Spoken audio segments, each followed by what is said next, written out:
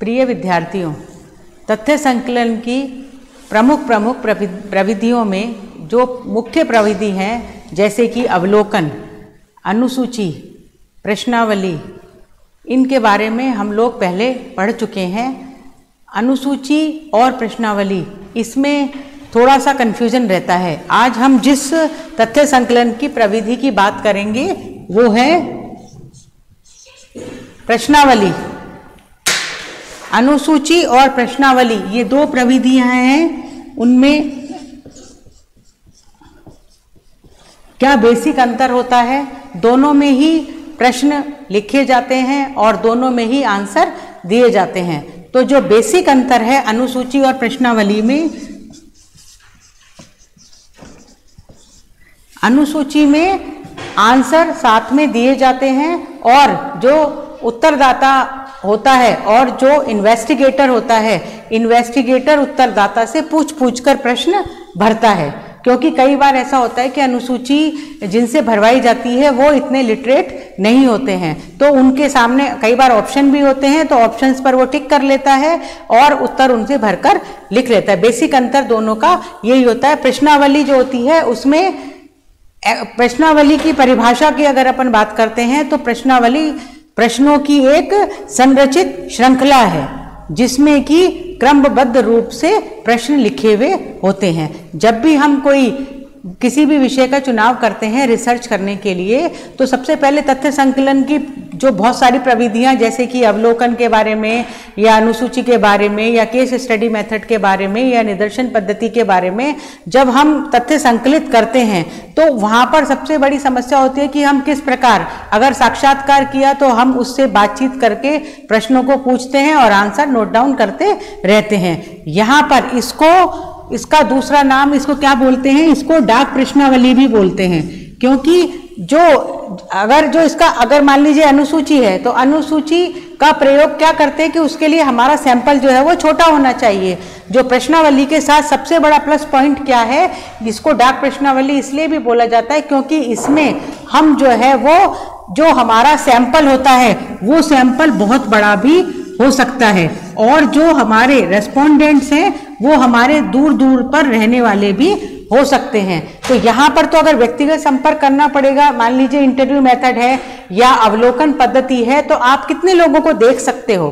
तो यहाँ पर हम जो है डाक के द्वारा एक बहुत बड़े एरिया को कवर कर सकते हैं। इसलिए तथ्य संकलन की प्रविधियों में प्रश्नावली जो है वो बहुत प्रमुख स्थान रखती है और इनसे हमको एकदम सटीक और आंसर प्राप्त हो जाते हैं। डाक के द्वारा भेजते हैं तो हम इसको, जो हमारा सैंपल होता है उसका क्षेत्र जो है वो काफ़ी बड़ा भी हो सकता है और हम डाक के द्वारा उनको हम दूर दूर तक भेज सकते हैं और अपने संबंधित जो विषय है उससे संबंधित जो हमारे को आंसर चाहिए वो आंसर हम लोग प्राप्त कर सकते हैं। तो प्रश्नावली क्या हुआ? प्रश्नों की एक श्रृंखला। अब इसमें बात यह आती है कि जो प्रश्नों की श्रृंखला है तो अगर अपन इनकी विशेषताओं की बात करते हैं तो सबसे बड़ी बात क्या है कि जो प्रश्न होते हैं उनकी जो संख्या है वो बहुत कम होनी चाहिए। न्यून है मतलब एकदम लिमिटेड प्रश्न होने चाहिए ताकि जो रेस्पोंडेंट होता है उसको पढ़ते समय बोरियत नहीं हो जाए। आपके प्रश्न ऐसे होने चाहिए जो कि कम से कम में ज्यादा से ज्यादा मैटर हम प्राप्त कर सकें। दूसरी बात यह है कि इसके लिए हमें क्या है? क्रमबद्धता। जो प्रश्न है, न्यून तो प्रश्न होने चाहिए और जो उसके आपस में कनेक्टिविटी अच्छी होनी चाहिए और क्या मतलब उसका सीक्वेंस होना चाहिए। जैसे कि मैं बाद में आपको बताती हूँ कि कैसे अपन प्रश्नावली बनाते हैं। तो जब अपन प्रश्न है तो उसके बाद उसका इसके साथ उसका जुड़ाव होना चाहिए।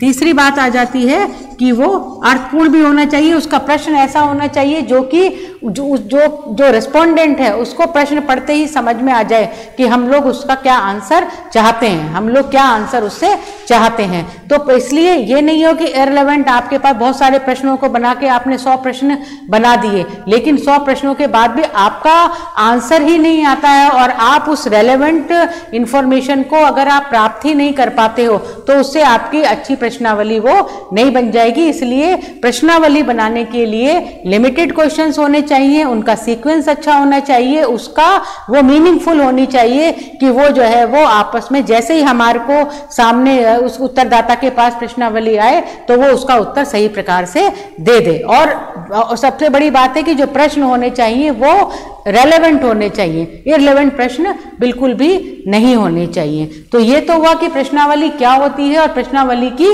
क्या विशेषताएं हम रख सकते हैं। और इसको डाक प्रश्नावली इसलिए ही बोला जाता है क्योंकि इसको हम डाक के द्वारा रेस्पोंडेंट के पास तक पहुंचाते हैं।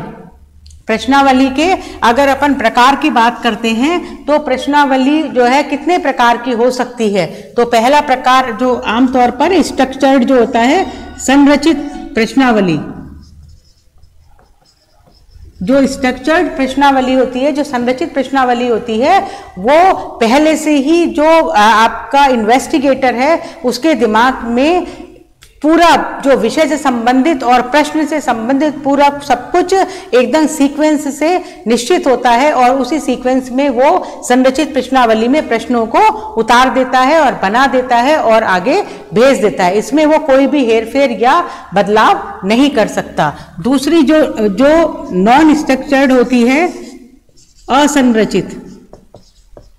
असंरचित प्रश्नावली वो होती है जिसमें कि सिर्फ टॉपिक्स लिखे जाते हैं, जिसमें सिर्फ टॉपिक लिखेगा और जो इन्वेस्टिगेटर है वो उसमें सिर्फ टॉपिक लिखकर छोड़ देता है और उस समय जब वो रेस्पोंडेंट को भेजता है या रेस्पोंडेंट के सामने उस टॉपिक से संबंधित वो उसके ऊपर छोड़ देता है और वहां पर उससे संबंधित जो भी उसको मैटर लिखना होता है वो उसको मैटर लिखकर भेज देता है। इसके अलावा एक चित्रमय प्रश्नावली होती है जो कि आमतौर पर इलिटरेट, जो कई बार जो हमारा सैंपल होता है वो पढ़ा लिखा नहीं होता, तो ऐसे इलिटरेट अगर इस टाइप के कोई सैंपल में अगर अपने को पर जवाब चाहिए और आंसर चाहिए तो वो जस्ट लाइक सिंबॉलिक हो जाती है और वहां पर हम एक फिगर जो जिस टाइप का भी कोई अपना चित्र होता है वो चित्र इस प्रकार से उसमें लिखकर मतलब उसके ऊपर बना देते हैं और उससे संबंधित जो भी सूचना होती है वो सूचना उसमें वो भर देता है।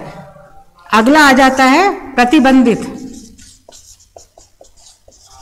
प्रतिबंधित प्रश्नावली होती है। इसमें लिमिट होती है और आपने जो क्वेश्चन होते हैं वहां पर उसके सामने जो उत्तरदाता है वो हाँ या ना लिख देता है या कई बार आंसर भी लिख देता है और आंसर दिखने के बाद हमको सिर्फ उसके ऊपर टिक करना होता है, जैसे एज के ऊपर या किसी चीज का अपने को किसी चीज के बारे में अपने को पता ही है, उसके आंसर्स भी अपन उसके आंसर्स को उसके ऊपर लिख देते हैं ताकि वो सिर्फ उसके ऊपर टिक कर देता है जो कि जिससे संबंधित वो व्यक्ति होता है।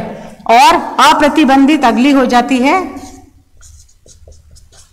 अप्रतिबंधित प्रश्नावली वो होती है जिसमें कि आप जो है ओपिनियन चाहते हैं, हम जिसमें कि व्यक्ति की राय चाहते हैं। सपोज आरक्षण के ऊपर या जो भी टॉपिक होता है उससे रिलेटेड आपको कोई टॉपिक आपकी ओपिनियन क्या लेनी होती है तो वो ओपिनियन के लिए आप इसके ऊपर जगह छोड़ देते हैं। वहां पर आप जो है आंसर नहीं लिखते हैं और सिर्फ जगह छोड़ देते हैं और व्यक्ति जो आपका रेस्पोंडेंट है वो वहां पर अपना आंसर भर देता है। इसके अलावा एक और हो जाती है, उसको कहते हैं मिश्रित प्रश्नावली। यहाँ पर आमतौर पर 99% जो प्रश्नावली बनाई जाती है इनमें से कोई भी नहीं होता, मिश्रित प्रश्नावली होती है जहां पर जितना हिस्सा पर जरूरत होती है उतने हिस्से को आप इनमें से कोई भी ऑप्शन लेकर हम उसको बना लेते हैं अमूमन, क्योंकि उसी के हिसाब से कुछ प्रश्नों के उत्तर होते हैं जिनके ऑप्शंस हमको पता होते हैं तो वहां पर हम उसके आंसर लिख देते हैं। लेकिन जहां पर हमको कई बार ऐसे खुले प्रश्न भी छोड़ने पड़ते हैं जिसमें कि अपने को व्यक्ति विशेष से राय लेनी होती है, वहां पर हम जो है वो जो अप्रतिबंधित है उस वाली प्रश्नावली का प्रयोग करते हैं। तो मिश्रित में सबका मिक्सचर आ जाता है और ज्यादातर इसी प्रकार की प्रश्नावली का प्रयोग किया जाता है। अब हम आ जाते हैं कि प्रश्नावली बनाई कैसे जाती है और प्रश्नावली बनाने के लिए अपने को क्या चीज की जरूरत, क्या सबसे ज्यादा हमारे को क्या चीज की जरूरत महसूस होगी। तो प्रश्नावली के लिए अपने को पहली चीज क्या है कि हमारा जो विषय है उस विषय से संबंधित जो है वो हमारे को पूर्ण जानकारी होनी चाहिए, क्योंकि ये जो है हमारी जो समस्या है उस समस्या के बारे में पूरा जब भी प्रश्नावली बनाते हैं, क्योंकि उससे पहले हमारे पास अपने दिमाग में पूरा मैटर होता है हम प्रस्तावना लिख लेते हैं, विषय से संबंधित हम लोग जो है उससे संबंधित पूरा रिव्यू ऑफ लिटरेचर कर लेते हैं, पूरी जानकारी प्राप्त कर लेते हैं, लास्ट में अपन जो है प्रश्नावली की बात पर आते हैं।